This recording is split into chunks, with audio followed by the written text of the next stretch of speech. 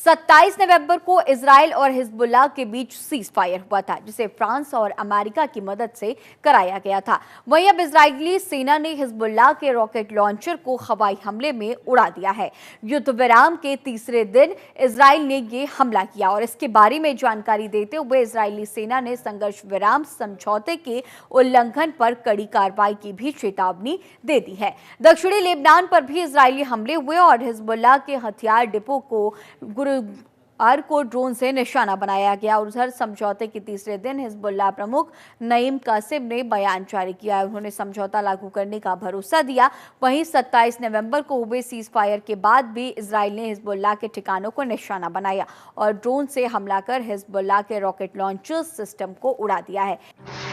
तो middle east में शांति समझौते की बात हो रही थी। फ्रांस और अमेरिका ने अहम योगदान भी निभाया और सीज फायर देखा गया, लेकिन फिलहाल जो हालात बनी है, जो स्थितियां बनी है, उसमें सीज फायर का उल्लंघन किया गया है और इजराइल की तरफ से ये सीज फायर का उल्लंघन हिजबुल्लाह के जो तमाम रॉकेट लॉन्चर्स थे उन्हें तबाह कर दिया गया। अब चलिए इसी पर खास चर्चा करेंगे। हमारे साथ हमारे मेहमान जो कि retired group captain UK Devnath ji हैं, डिफेंस एक्सपर्ट हमारे साथ मौजूद है। सर, आपका बहुत स्वागत है। और सर देखिए, जिस तरह से उम्मीदें लगातार की जा रही थी, उम्मीदें जताई जा रही थी और सभी पूरे जो विश्व की निगाहें हैं, पूरे विश्व पटल की निगाहें मिडिल ईस्ट पर टिकी हुई है, क्योंकि जिस तरह से हालात बनते जा रहे हैं उससे न सिर्फ इजराइल और ईरान के सामने ये बड़ा खतरा है, बल्कि और भी तमाम देश है जो ये खतरा महसूस करते हैं। और उम्मीद जताया जा रहा था कि इस सीज फायर से ये जो युद्ध है उस युद्ध को युद्ध विराम मिलेगा, लेकिन फिलहाल जिस तरह से इजराइल ने तमाम बातें कही थी, अमेरिका और फ्रांस बीच में आया और इस समझौते की बात कही गई, लेकिन समझौता नजर नहीं आया। कुछ ही घंटों के बाद इजराइल की तरफ से सीज फायर का उल्लंघन और हिजबुल्लाह के जो रॉकेट लॉन्चर्स है उन्हें तबाह कर दिया गया है। आगे क्या कुछ सर्कमस्टेंसेस, क्या कुछ स्थितियां बनती हुई नजर आएंगी, क्योंकि अब हिजबुल्लाह भी शायद चुप नहीं बैठेगा, क्योंकि हिजबुल्लाह उस वक्त तो मध्यस्थता के लिए तैयार हो गया था, लेकिन फिलहाल जो हालात बने हैं, इजराइल की तरफ से जो हमले किए जा रहे हैं, उसके बाद क्या कुछ स्थितियां?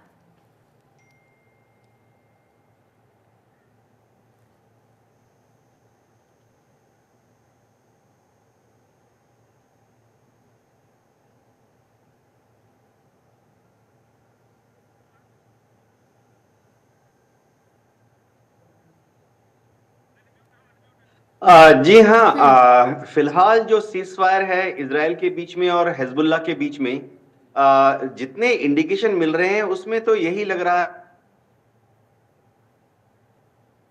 है एग्रीमेंट जो है होल्ड कर रहा है। हाँ, इजराइल अपनी तरफ से बीच बीच में कुछ हमले हिजबुल्लाह के ठिकानों के ऊपर कर रहा है, लेकिन अच्छी बात है कि इजराइल के जो हमले हैं वो ब्लू लाइन और लिटानी रिवर के आसपास वाले एरिया में ही हो रहे हैं।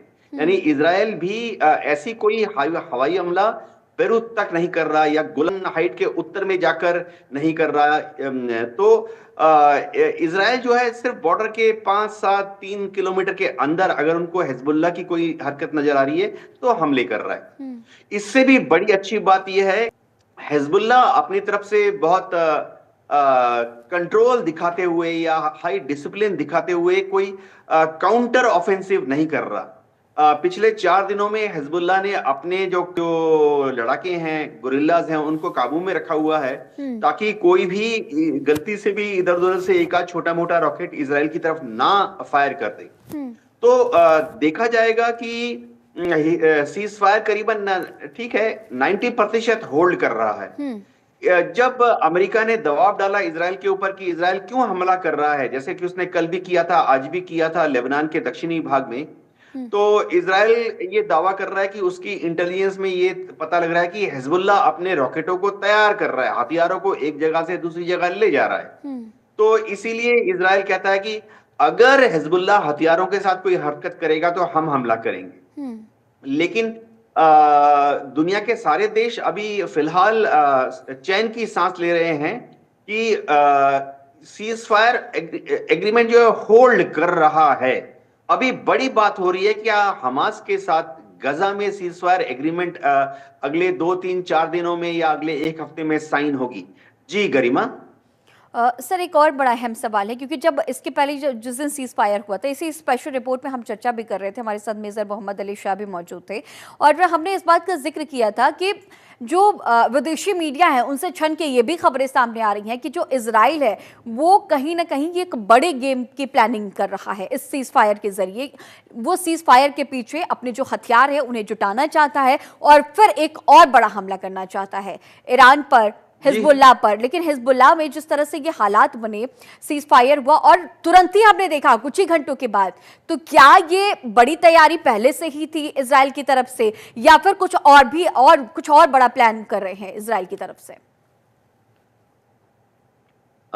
गरिमा, इसमें कोई शक नहीं है कि इजराइल के पास जो वेपन्स हैं वो अभी बहुत कम हो गए हैं। प्रैक्टिकली हो ये रहा है कि अगर इजराइल को बॉम्ब गिराने हैं तो वो अमेरिका आज सुबह 7 बजे जो बॉम्ब सप्लाई किया, अमेरिकन एयरफोर्स की जो C-5A स्टार लिफ्टर हैं या अमेरिकन एयरफोर्स के C-17 ग्लोब मास्टर हैं, वो आज सुबह जो हथियारों की खेप दे गए थे, समझिए 100 बॉम्ब्स, उसी बॉम्ब्स को वो इजराइल की एयरफोर्स ड्रॉप कर रही है।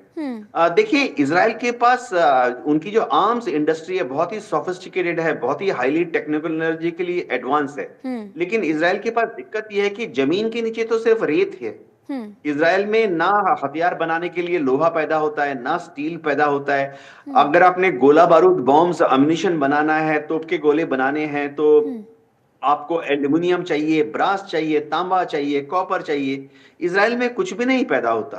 तो इजराइल इन सब चीजों की सप्लाई के लिए अमेरिका के ऊपर निर्भर करता है जी। हाँ, एक अच्छी चीज है कि इस बार अमेरिका के दबाव में इजराइल ने जो ये सीज फायर किया है वो नेतन्याहू भी अंडर प्रेशर बढ़ाएं। नेतन्याहू ने ये कहा है कि सीज फायर फिलहाल सिर्फ 60 दिन के लिए है। तो बड़ा सवाल है कि क्या 60 दिन के बाद इजराइल फिर से लेबनान पर, हिजबुल्लाह पर हमला शुरू कर देगा? ऐसा शायद ना हो, क्योंकि 20 जनवरी से तो अमेरिका में डोनाल्ड ट्रंप राष्ट्रपति पद की शपथ लेकर राष्ट्रपति बन रहे हैं और डोनाल्ड ट्रंप जो है उन्होंने बार बार ऐसे इंडिकेशन दिए हैं कि वो इस युद्ध को आगे नहीं बढ़ने देंगे, खत्म कर देंगे। जिसका एक तरीका है कि इजराइल को हर रोज 100 बॉम्ब दे रहे थे, तो उसकी जगह ठीक है, उसको रोको मत, बट उसकी जगह पर 90 बम देना शुरू कर दो, 80 बम देना शुरू कर दो, 70 बम देना शुरू कर दो। तो इजराइल अपने आप, बेंजामिन नेतन्याहू अपने आप ही सीज फायर को मजबूत रखेंगे, बातचीत करने के लिए तैयार हो जाएंगे। जी गरिमा। सर एक और बड़ा अहम सवाल है, क्योंकि हमने ये भी देखा कि हमले लगातार चल रहे हैं और सीज फायर का भी उल्लंघन किया गया। तो क्या अब आने वाले दिनों में हम ये भी देखें, क्योंकि हमास के खात्मे की बात लगातार इजराइल की तरफ से कही जा रही है और जब सीज फायर हुआ था तो ये भी कहा गया था कि हमास पर हमले जारी रहेंगे इसी तरह से, क्योंकि आतंक का खात्मा करना इजराइल की तरफ से लगातार चाहा भी जा रहा है और नेतन्याहू लगातार इससे लेकर के बयान भी दे रहे हैं। और अब लेकिन हिजबुल्लाह पर जिस तरह से अटैक किए गए कुछ ही घंटों के दरमियान, लेकिन क्या वो जो कुछ घंटे थे, क्या वो अहम योगदान अदा करते हैं किसी भी चीज में, चाहे वो वेपन्स इकट्ठा करने की बात हो, चाहे वो सेना के जवानों को आराम देने की बात हो, क्योंकि तमाम तरह की बातें अब विदेशी मीडिया से छन के सामने आने लगी हैं। हाँ, इसमें गरिमा कोई शक नहीं है कि इजराइल की जो आर्मी है, एयरफोर्स है, थक गई है। मशीनें भी थक जाती हैं। कोई भी मशीन अगर आप उसको लगातार 1 साल तक चलाते रहोगे तो उसको भी मेंटेनेंस की दरकार होती है। लेकिन सबसे बड़ा जो पॉइंट अभी बेंजामिन नेतन्याहू के सामने है वो है 2 चीजें। एक तो उनको मालूम है कि 20 जनवरी में जब डोनाल्ड ट्रंप राष्ट्रपति बन जाएंगे अमेरिका में, तो इक्वेशन जो है थोड़ा सा बदल जाएगा। अमेरिका भविष्य में सपोर्ट करता रहेगा इजराइल को, लेकिन शायद हथियार देने की सप्लाई जो है, rate of supply of weapons की हर रोज कितने हथियार दे रहा है, वो थोड़ा कम कर देगा। दूसरी बहुत बड़ी चीज है कि अगले साल ही इजराइल में इलेक्शन है, तो बेंजामिन नेतन्याहू को इलेक्शन के पहले ये दिखाना पड़ेगा कि उन्होंने इस युद्ध में काफी बड़ी कामयाबी हासिल की है, ताकि उनको विरोधी पक्ष से भी कुछ वोट मिल जाएं। उनकी जो लिकुद पार्टी है वो उनके पार्लियामेंट में, जिसे नेसेट कहते हैं, फिलहाल माइनॉरिटी गवर्नमेंट है और दूसरी पार्टियों के साथ, जिसमें extreme right wing Jews parties हैं, उनकी मदद से खड़ी है। तो बेंजामिन नेतन्याहू चाहते हैं ये दिखाने के लिए कि मैं सक्सेसफुल हो गया इस लड़ाई में। सबसे बड़ा सक्सेसफुल पॉइंट उनके लिए ये होगा कि वो हमास से 101 जो बंधक हैं उनको छुड़वा कर वापस ले आए, हम्म। क्योंकि अब इजराइल में उनके जो समर्थक हैं वो भी उनसे थोड़ा परेशान है बेंजामिन नेतन्याहू से, क्योंकि उनको लग रहा है कि नेतन्याहू ये 101 बंधकों को छुड़वा नहीं पाए। तो इसीलिए नेतन्याहू लगातार हमास के ऊपर गजा में हमला कंटिन्यू कर रहे हैं, ताकि हमास दबाव में आकर इन बातचीत के लिए तैयार हो जाए, जिसमें पहला बिंदु होगा इन 101 इजरायली बंधकों को हमास के कब्जे से आस्ते आस्ते छोड़ देना। जी।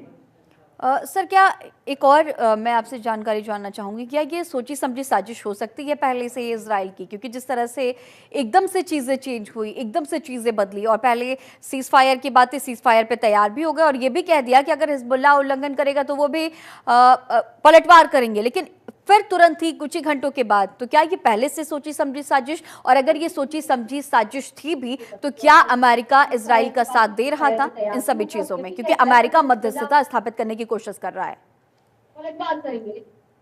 गरिमा, ये समझना पड़ेगा कि जो बाइडेन जो हैं उनके ऊपर विरोधी पक्ष यानी रिपब्लिकन पार्टी से बार बार ऐसा आरोप लगाया गया था कि जो बाइडेन जो हैं वो इजराइल के युद्ध को कंट्रोल करने में नाकामयाब रहे।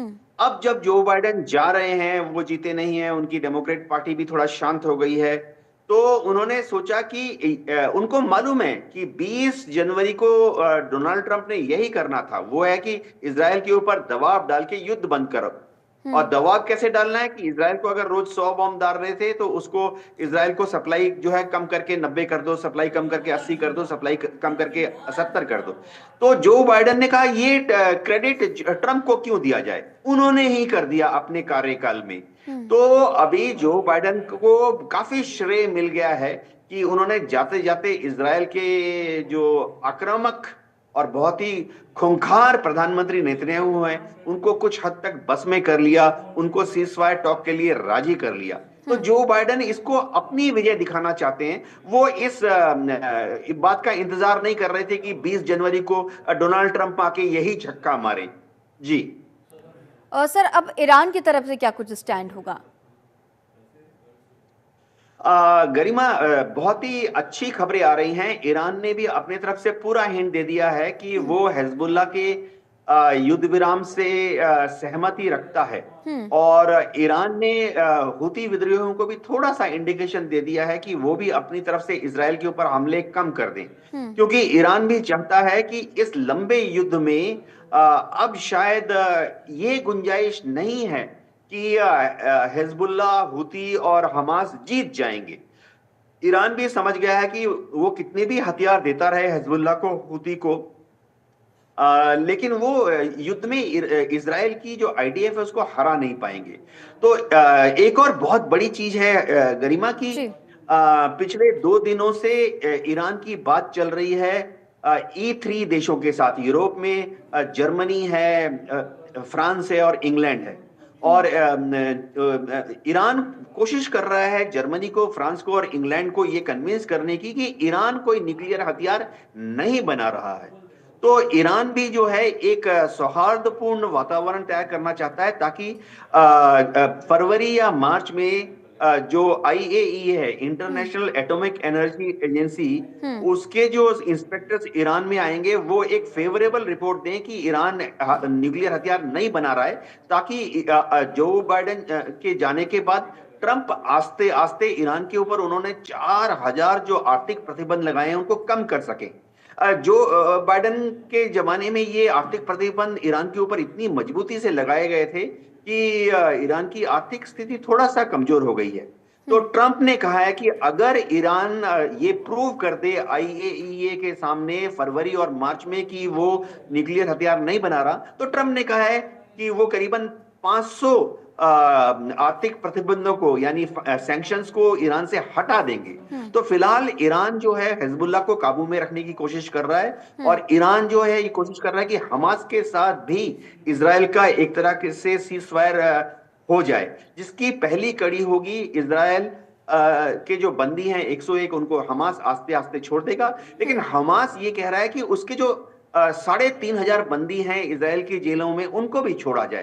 तो हमास ने 1000 तो हमास ने 1000 बंदियों की एक कच्ची लिस्ट जो है वो मिस्र में अल सीसी को दे दी है, एर्दोगान को तुर्की में दे दी है और कतार में दे दी है। ये बोल के कि ठीक है, हमास भी शायद बातचीत करके इन 101 बंदियों को छोड़ देगा, लेकिन इजराइल को भी ये 1000 जो हमास के और फिलिस्तीन के बंदी इजराइल के जेल में, उनको भी छोड़ने का एक प्लान इजराइल को बनाना पड़ेगा।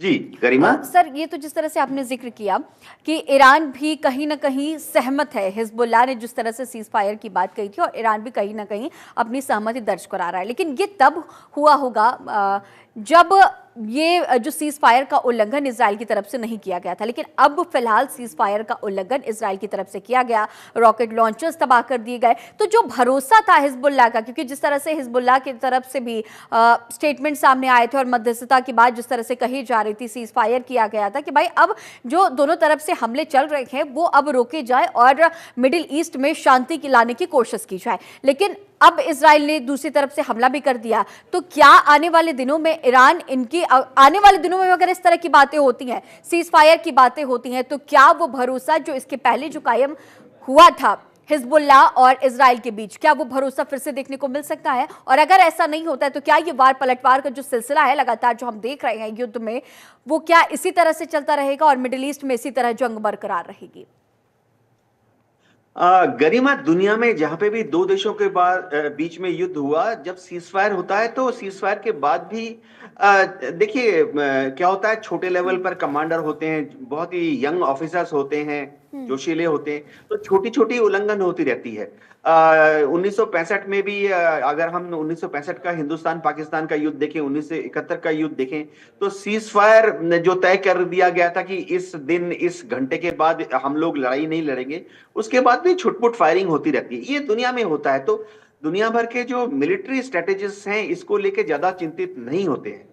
अच्छी बात है कि इजराइल ने जो हमले किए हैं बहुत ही छोटे छोटे हमले किए हैं और इजराइल की बॉर्डर के पास ही किए हैं, 3 किलोमीटर 5 किलोमीटर के पास।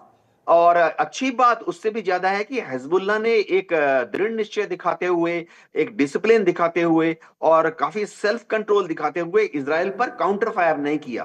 तो हम में से जो लोग इस चीज को 40 साल से देख रहे हैं, 30 साल से देख रहे हैं, हमें मालूम है कि इस बार जो सीज फायर है, भरोसा उभय पक्ष एक दूसरे के ऊपर कर रहे हैं, लेकिन ठीक है, इजराइल को आस्ते आस्ते अमेरिका थोड़ा और कंट्रोल करने की जरूरत है। जी ठीक है सर, जिस तरह से आपने जिक्र किया, स्थितियां आगे क्या कुछ बनेंगी वो तो आने वाला वक्त बताएगा, लेकिन फिलहाल सीज फायर का उल्लंघन। आपका हमारे साथ इस खास चर्चा में बने रहने के लिए बहुत शुक्रिया।